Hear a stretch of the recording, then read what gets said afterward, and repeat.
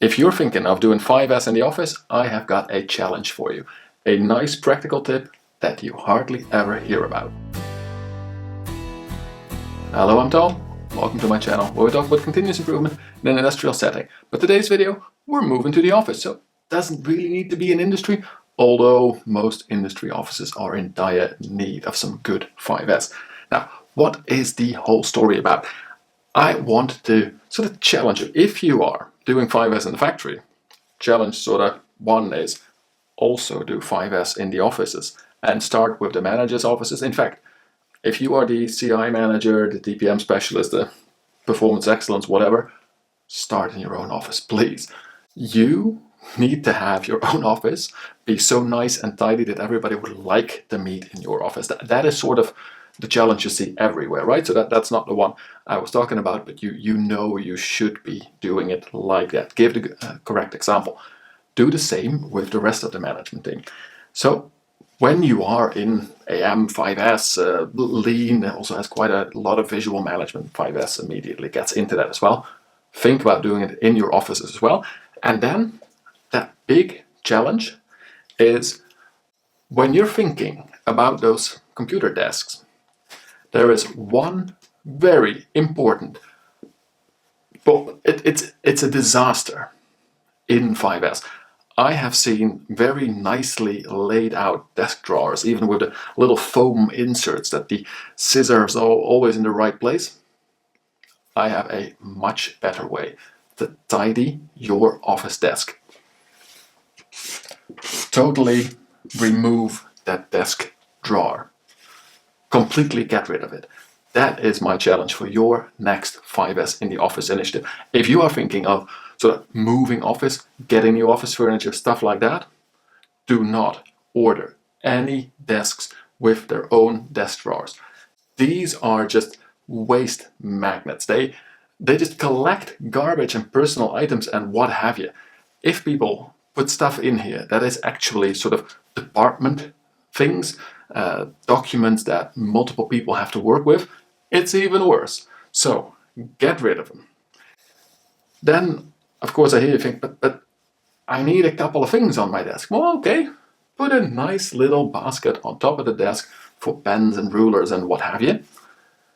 All of the other stuff, I mean, you can leave at the end of the afternoon, at the end of the day, you can leave a keyboard, a mouse, and maybe that one note block and folder that you like. You can leave it on the desk. That is not a problem. Clean desk policy does not mean that at the end of the day, everything is removed from the countertop. No. It just means that only that which you will need again tomorrow morning is still on there, and it's very organized and orderly. If that includes one of them little pencil baskets, then so be it. They do not mess up your desks and offices. These do. Even though out of sight, but this out of sight, out of mind means that in there, just time bomb. Now, of course, it depends a little bit on how people get into the office and how and what. I have noticed that usually more with female colleagues, but still many people would bring in a bag, a personal bag that may also have their laptop that they're taking home for some work there, or stuff like that, right? Okay, how about instead of these desk drawers, you just put a very nice little hook there. You know those hooks that you have for ladies' purses that you can sort of put on top of the desk and then the hook is underneath? You know, that's an okay alternative. But how about really putting a nice wide hook that doesn't damage your bags onto the side of the legs? Problem solved? Perhaps even better. A director I used to work for, challenged me to do this when we were redoing the department offices where I worked at the time. We were skeptic, but this really, really worked, and I want to share that with you. Now, I also promised some tips, on 5S in the office, so let's go through a couple of those standard things, but also a couple that link up very nicely with this. So what you will have seen is that if we get rid of those desk drawers, I mean, we still have folders and paperwork and maybe a bit of a stationery supply and what have you, maybe even things like small parts or just stuff you work with. So we do need closets, right? Closets, desks, all kinds of drawers, stuff like that is still needed. But now we organize that as well, right? So have a number of communal storage areas that store only that, so you 5S that of course as well, store only those things that as a department, as a team, you need to put there, and store it in such a way that other people can find it. And one of the nice things for those still using folders is, those folders are generally in a certain order, right? So it's a bunch of machines alphabetically. It is a bunch of audit reports by date. There is an order to your folders. Now you can do that with small text on the back, right? It's this year to this year. Still put that on there. But if you want a quick way to organize it, just draw a nice line. So if you put a nice line, you can do this with tape and then just cut the pieces of tape where the folders are sort of separated, and just put this nice colored line over the back of all of these folders. What you will see is if you now take one out, you immediately see the gap, even if the rest of the folders are pushed back together again. Or if you put it in the wrong place, the same, right? You see that it's in the wrong place. If you have multiple sets of folders, like you have audit results and you have maybe product samples, or you have internal and external complaints, or whatever, right? Different categories of documentation that you need to keep. Just make one in red, one in blue, one in green. Use different colors, and the folders will always stay in their own lane. The other thing is use any of our inventory management systems. So a 2-bin Kanban in the office is great. If you do this with your own personal desk, you are going to have so many storage places. But if you got a 4, 8, 12, whatever people office, then why not have a full box of pens under the open box of pens? Things like that, right? Have a full pack of envelopes under the envelopes that you have open just for daily use. Anything that your team uses quite frequently, organize it with one of these 2-bin Kanbans. Also, you have these nice low desks, low closets to house all the stuff in. Use the tops of them. It again is not a problem that the desks are not all empty. Empty desk, clean desk, is that only the stuff that needs to be on there is on there. Doesn't mean everything has to go. So have one with your coffee machine and your cups and your whatever on it, and probably also this is the one that houses your waste bin, or the waste bin is just next to it, a drawer with all the coffee and tea stuff that you need. Make it that one place where you go in the office. Or a very important one if you're in the 5S mindset, and this I think is also something that is not discussed enough when we are talking about 5S. How about having a red tag zone? So when we do 5S somewhere in the factory, what we advise is to have a zone where you can put the red tags, right? Step 1 of 5S, the sorting. We sort into good. This needs to get a fixed place, but it stays.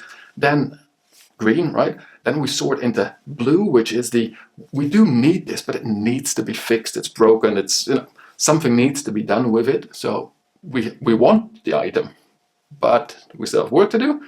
These become the traditional tags. And then we have the red label, the red tag, which is get rid of it. Now, if that is a piece of paper, throw it out. But if that is that folder with specifications that probably the project office wants back, that's not something to throw out.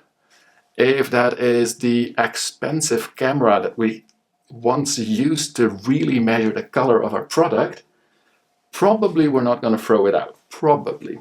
So, in the factory, we put that in a zone where we can just place red tags and wait for management to take a decision. The same needs to be done when you have 5S in the office. And the funny thing about this red tag zone, or this awaiting decision zone, is I don't think you should remove it. Once you start 5S, I think you should keep that zone, both in the factory and in the office. So have this one table or low cabinet or something like that, right? With a nice big flat surface on top. Have it as your, it's okay, dump your stuff here type of place. That doesn't mean that all of your team members who are in the office can just put anything there. Well, they could, but you're also responsible probably every Friday afternoon to clear it out again. Here, a clean desk policy does mean it needs to go, right? Because basically nothing should be here.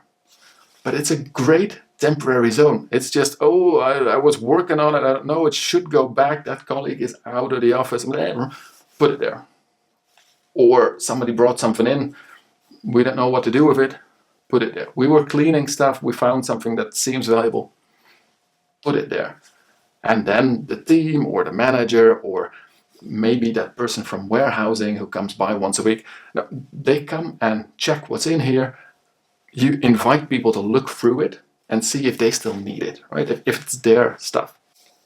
That is a great tip that I always advise my clients to do. But when I was looking online, right, YouTube, blogs, 5S, both in the office and out of the office, I hardly ever see this mentioned. Definitely not in the office. This you see quite a bit. That clean desk does not always mean that the desk has to be totally clean. Also not mentioned often enough. And I will repeat that big challenge. Next time you're doing 5S in the office, please get rid of all these personal cupboards, these desk cupboards. They are horrible. They will mess up your 5S system because they do not force you to really make choices about what should be in there. They are too personal and not workflow related enough. So I hope that gave you a good challenge to look at your own desk and your colleague's desk, and whatever you do next time you are looking at 5S in offices, especially in shared offices. If it did, don't forget to hit that like button. Also, if you have any questions or remarks or good own tips on 5S, please share them in the comments. I love making videos of your comments, and I love it even more when you share your tips and experiences with the rest of our community. For now, I wish you the best of luck with 5Sing, and as always, don't forget to also enjoy the continuous improvement journey.